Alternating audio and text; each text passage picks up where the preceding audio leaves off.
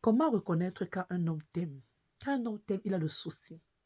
Il a le souci de te voir sourire, de te voir toujours joyeuse. Il a envie d'allumer la flamme dans ton cœur, de vouloir que tu puisses être toujours cette femme qui sera belle. La Bible nous dit que Jésus-Christ a aimé l'Église, il a laissé son rire de son tâche. Quand un homme t'aime, son désir c'est que tu progresses. Son désir c'est que il marche avec toi et il est heureux. Il te respecte. Il amène les enfants à t'aimer. Il veut voir la cellule familiale grandir.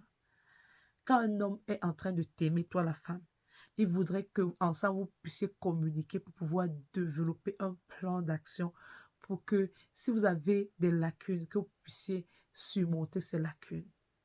Ça, c'est ce qui se passe quand un homme t'aime.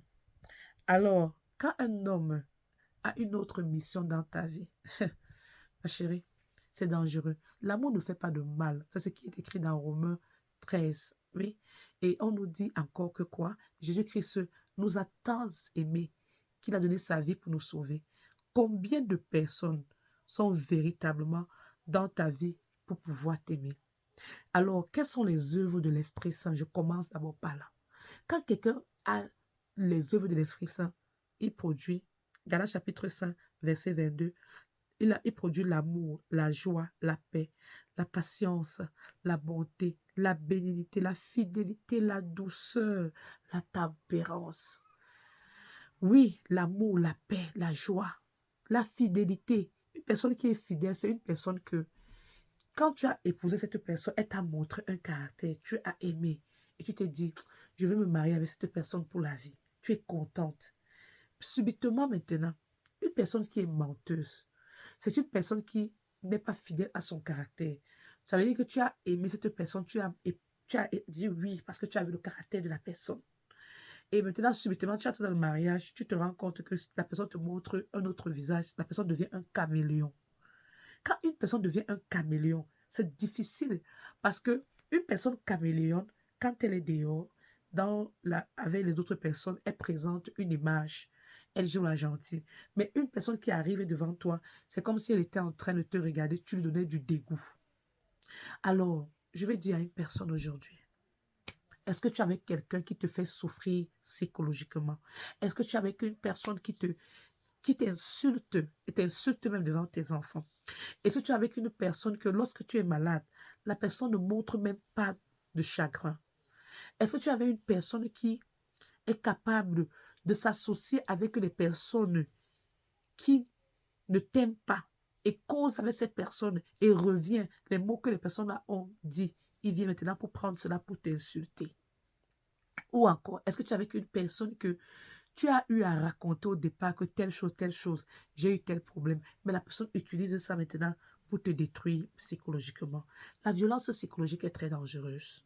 Alors, je vais dire à une personne aujourd'hui, sache que Jésus-Christ nous a donné la puissance de marcher sur les serpents, sur les scorpions et sur toutes les puissances de l'ennemi. Et il a dit que rien ne pourra nous nuire. Il a dit, appelle-moi Jésus-Christ. Dans la détresse, je te répondrai. Je vais dire à une personne qui est en train de souffrir dans les injustices, dans les amitiés, comme dans les vies de couple, dans les vies de mariage, tu n'as pas besoin. Tu n'as pas besoin de continuer à souffrir. Jésus-Christ nous a donné une mission de ramener les brebis égarées vers lui. Vous comprenez? Moi, je dis toujours aux gens que Jésus qui n'était pas marié, mais il est assis à la droite de Dieu le Père. Ce n'est rien contre le mariage, mais le mariage toxique est dangereux. Parce que le mariage toxique détruit le plan de Dieu dans la vie des enfants de Dieu. Excusez-moi bien, le diable, son but, c'est de détruire le plan de Dieu. Donc, il passe par le mariage toxique pour vouloir nuire à la vie d'un enfant de Dieu parce qu'il va te dire que, c'est ça la Bible que tu lui dis qu'on ne divorce pas. Va lire 2 Timothée 3. Va même lire Galates que je suis en train de lire, la Galates chapitre 5. Le Seigneur nous dit que quoi? Que il y a des caractéristiques que certaines personnes ont. Le Seigneur dit que ceux qui commettent de telles choses n'hériteront point le royaume de Dieu. Alors, si tu lis Galates chapitre 5, on nous dit les œuvres de la chair, les personnes qui sont ivrognes, les personnes qui aiment les querelles, les personnes qui aiment les jalousies, les personnes qui aiment les disputes, les divisions, les personnes qui font des sectes, les personnes qui, qui, sont, qui font des impuretés sexuelles, qui sont impudiques. Alors, c'est ce qu'on appelle ici là, les œuvres de la chair. Le Seigneur nous dit que de telles personnes n'hériteront pas le royaume de Dieu. Donc, que quelqu'un ne vienne pas te dire que parce que tu dis du divorce, la Bible est contre la Bible. Dis également à cette personne que la Bible, là, le Seigneur nous est contre ceux qui excitent les querelles, les personnes qui mentent. Parce que quelqu'un ne vient pas seulement te choisir la partie de la Bible qui le plaît pour te parler. Mais il faut que la personne sache que dans Luc chapitre 4, Jésus a répondu au diable en lui disant que il est écrit. Quand le diable voulait lui dire que il est écrit que si tu tombes d'ici en haut, tu peux ordonner aux anges de venir te sauver. Jésus lui a dit que il est aussi écrit, tu ne tenteras pas le Seigneur ton Dieu. Donc tu dois savoir comment répondre à une personne qui veut vouloir manipuler ton esprit. Excuse-moi, tu dois savoir comment te défendre. Parce qu'avec Dieu, tu dois communiquer. Seigneur Jésus-Christ, je suis mise en couple avec une personne qui ne loue pas Dieu, qui se moque de Dieu, une personne qui est querelleuse, une personne qui excite les divisions, une personne qui est toujours en train de mal parler mal de moi. Seigneur, je te demande pardon, mais je ne peux pas continuer à m'associer avec cette personne parce que tu as dit que quand un homme couche avec une prostituée, il devient une seule chair. Alors, maintenant, si ton homme est également en train de te tromper, il couche avec toi, il devient une seule chair, il vient encore, il couche avec toi, il devient encore une seule chair. Tu es devenu le dépôt de toutes les ordures. C'est pour ça que vous allez voir certaines femmes également, elles perdent leur éclat. Elles perdent leur éclat dans ce mariage où ces personnes n'ont pas envie de les aimer.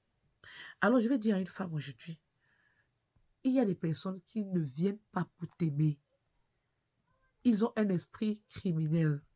Leur plan, c'est de venir détruire ta vie et de sortir, de s'arranger à sortir et commettre un meurtre parfait. Mais comme vous savez toujours, il n'y a pas de meurtre parfait. Il n'y a pas de meurtre parfait. Parce que aujourd'hui, je peux vous dire quelque chose. Beaucoup de femmes décèdent dans les mariages. Et la technique, la stratégie du diable, c'est l'une des stratégies, c'est que elle peut, en accouchant, ils peuvent finir la femme pour qu'on dise qu'elle est morte en accouchant. Et là, maintenant, si c'est l'homme qui avait prévu de finir la vie, pour certains hommes, parce que ce n'est pas tous les hommes qui font ça, qui sacrifient leur femme, alors on va simplement cadrer ça sur le plan accouchement difficile. Moi, je vais dire à quelqu'un aujourd'hui que fais attention. Parce que quand tu remarques les caractéristiques que j'ai citées ici, là, une personne qui a la langue menteuse, une personne qui a déjà versé le sang innocent, une personne qui refuse de faire le bien aux autres, de refuser de voir les autres sourire, une personne qui refuse de célébrer la joie de l'autre et qui a seulement envie de te picoter, de te lancer des paroles mauvaises chaque fois, une personne qui est capable de s'entendre avec sa mère pour te faire le mal, parce qu'il va te... Si tu viens lui dire que j'ai fait des rêves, comme je prends mon cas, quand moi je faisais des rêves au départ, je dis, mais ta mère c'est une sorcière, je l'ai vu dans les rêves, ce qu'elle a fait, c'est pas normal. Moi, je ne savais pas que il connaissait que sa maman était de ce monde-là. Mais au fil du temps, maintenant, j'ai compris. Et quand j'ai compris, maintenant, c'est là où je lui ai dit que tu ne peux plus jouer ce jeu avec moi.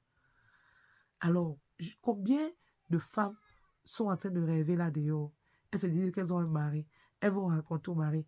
Le mari pas dit encore à sa mère. Et sa mère prépare encore une recette plus difficile. Il n'y a pas de sécurité avec ce genre de personnes.